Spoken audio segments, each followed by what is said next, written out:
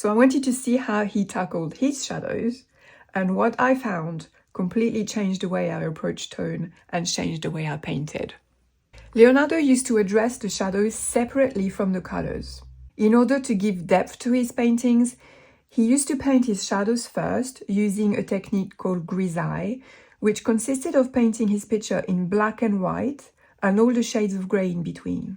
So in a way, he would have a monochrome study of the painting that he was doing. Then he would paint the colors on top of that grisaille layer with transparent pigment so that the grisaille would show through. And that tonal painting would show through the colors, give the tonal variations and the depth that he needed.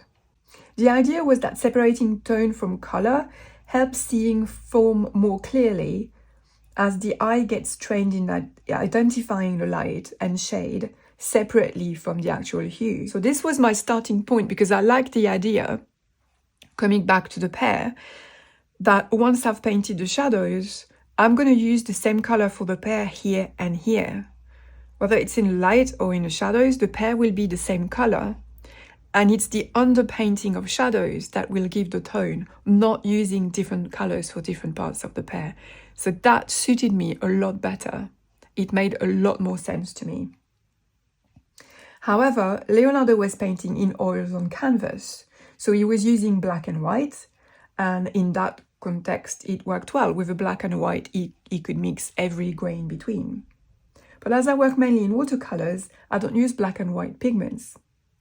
Whites are opaque and they create a layer that covers the paper entirely, meaning that the light can no longer go through the paint to bounce off the paper. If you do that, the watercolors kind of lose their glowing quality that I really like about them, and they become more matte and dull.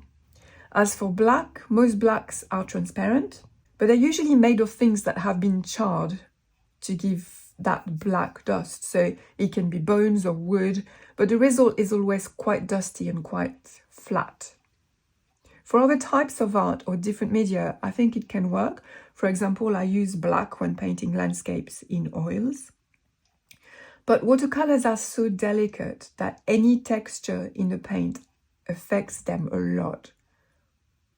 And obviously, botanical work needs to be super clean and vibrant, meaning the black paints don't really work, I don't think.